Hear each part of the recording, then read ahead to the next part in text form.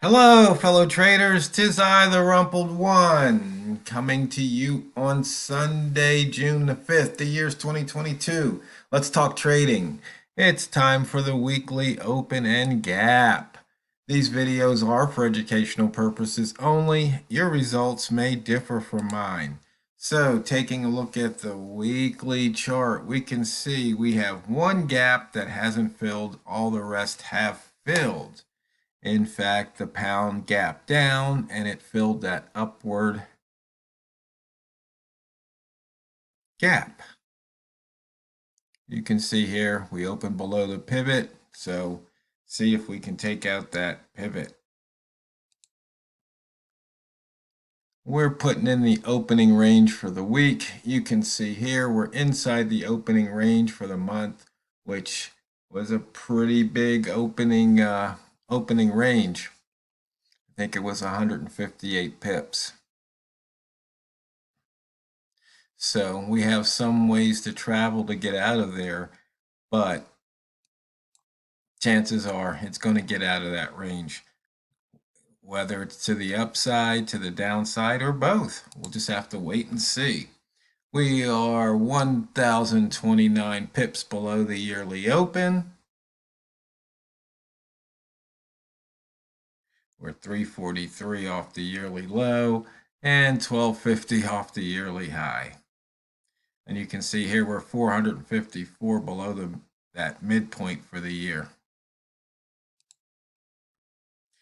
Inside bar 2 days ago, we are inside that range.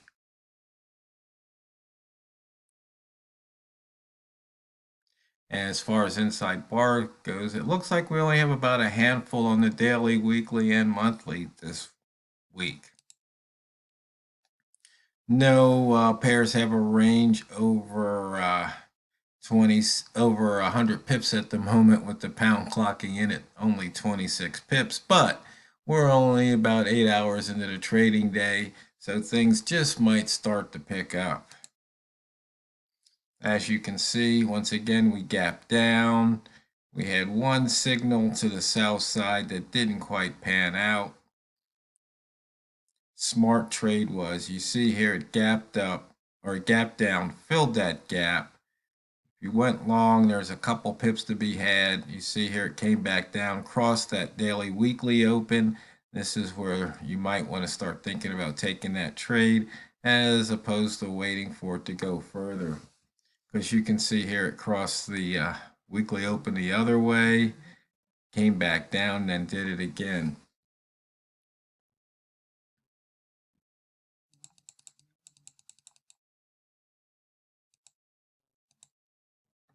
Rats, range is too low. Don't even think about doing a rat reversal at this time. This time of day, you want to do the daily open cross over or the buy zone trade. We gap down, we open below the pivot near R1. Bias is short near the pivot. They're calling for a short near S1. We're going for a long. You can see here we got kind of close to the monthly pivot that we've already taken out.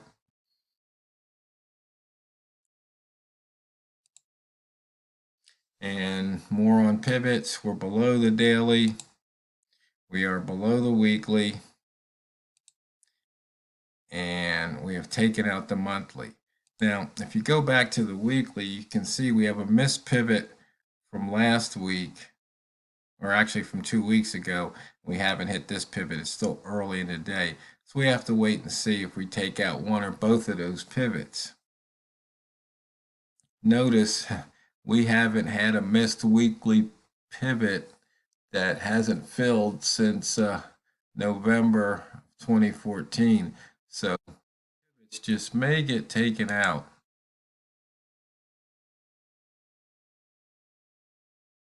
Sometime later this year. We are in and out of that lower wick zone. You can see here the crisscrossing.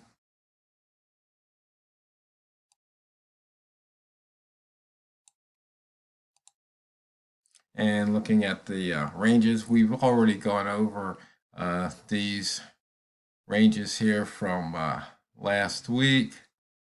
In fact, we're looking at monthly. Let's switch the time frame back to weekly. So chances are we'll probably be somewhere around 200 pips. We're getting a high touch alert. It keeps popping up. So we're crossing that double O here at 125. You can see that happening right here. Notice we've only had one hourly range 20 or better this whole time. So once again, you have to know the time of day to trade the system that you want to trade. And this is not the time for the wall mall. This is not the time for the rat reversal. This is more buy zone time, wick zone time. So make sure you know when to trade the system.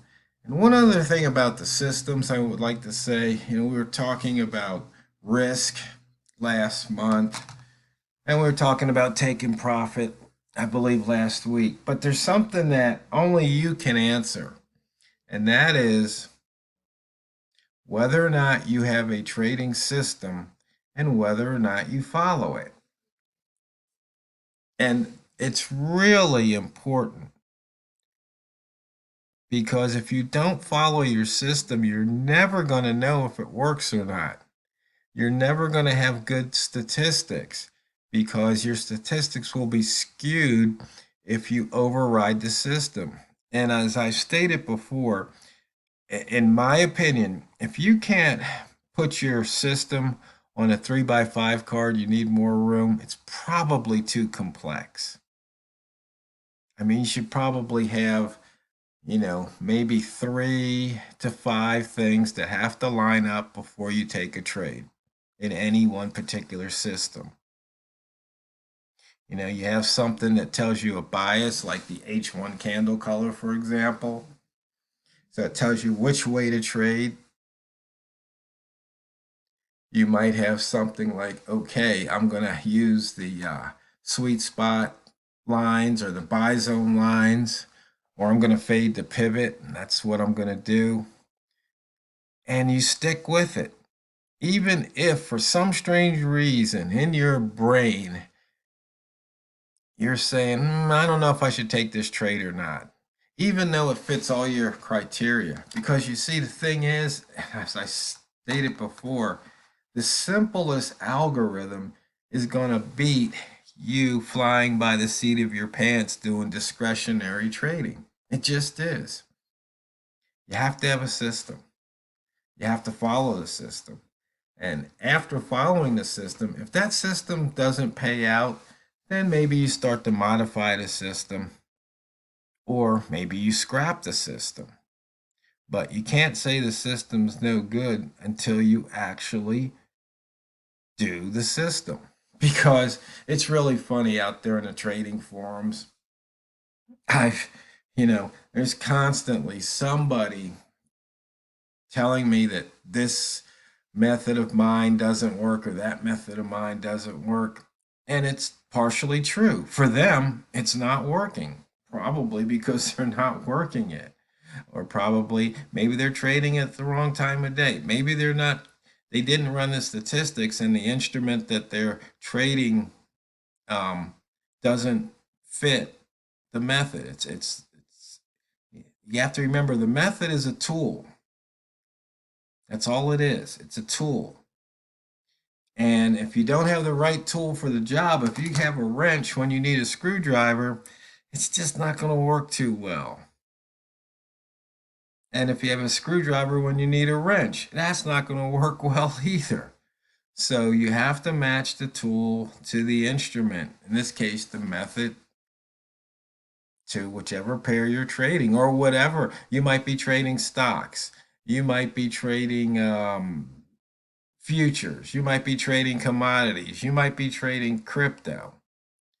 And maybe some of those methods that I present work for some of those, and it probably doesn't work for all of them. And I understand that. There's some I would say would work, like the buy zone. Once you know what those sweet spots are on the buy zone, yeah, they'll work. It has to work. Otherwise, there's something wrong with the market. Price has to move away from the daily open. It just has to. Otherwise, something's wrong.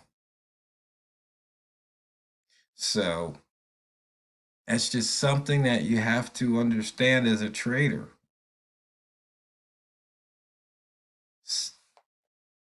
So the takeaway is you have to be honest with yourself. Do you have a system? Do you actually trade the system that you say you have without hesitation, without modification? Have you matched or found the right instrument to trade with that system? For some people, they can't trade the wall mall. Wall mall can trade it. And some people say, yeah, but I took the trade and it went up a pip and then it hit my stop loss. Well, you didn't take the pip. Well, you can't make any money trade only taking a pip. Well, yes, you can. Walmart does it. I do it. So, and that's not to brag or not to say that, I'm something more than you are. No, it's just that we've worked it. We've been doing it for a long time. I mean, Walmart and I have been trading together now. I mean, you've seen the videos for almost a couple of years. I mean, we're on the phone, just about every trading day, you know, looking at screens together, taking trades. So, we know these things can be profitable. And yeah, I've come up with some more things. It's because it's screen time. I just see things. And so then I write an indicator. Then I to see what I'm seeing. Then it's like, yeah, this is working. And then I wind up presenting those systems to you guys. And so somebody could go, well, why you keep doing systems if you got systems that work? And it's like I just stated. When you sit in front of the screen, you get thousands of hours. Um, I wake up, I guess my subconscious works on it and says, hey, check this out. For example, just looking at this chart right here, you can see this inside bar. This is the last inside bar. And you see what happened? It broke that inside bar high, and it also broke that inside bar low. That's just a trade, one of the trades that I take. And in fact, I look at it on the 1 minute time frame, and you can see right here it broke that high. And I also look at it at the 5 minute time frame. You can see right there it broke that high. In fact, there's the inside bar indicator right there. The multimeter. Let's see. Yeah, multimeter inside bar. So if the previous bar is an inside bar, it'll light up. So I'll be alerted. Hey, there's an inside bar, a fresh inside bar. So you can see right here, it broke that low only by a couple of pips. But, for me, that's fine.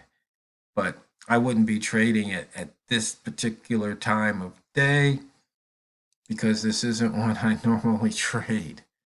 But as you can see here, it can still work out. So that's just something for you traders to think about. So I hope you had a fun, safe weekend. Just to let you know, I went to NASCAR up in Portland. Got rained on, but it was still enjoyable. And when you come back to your trading terminal, I just want you to always remember and never forget, it's not what you trade, it's how you trade it. So go out there and drain the banks. This is the Rumpled One, over and out.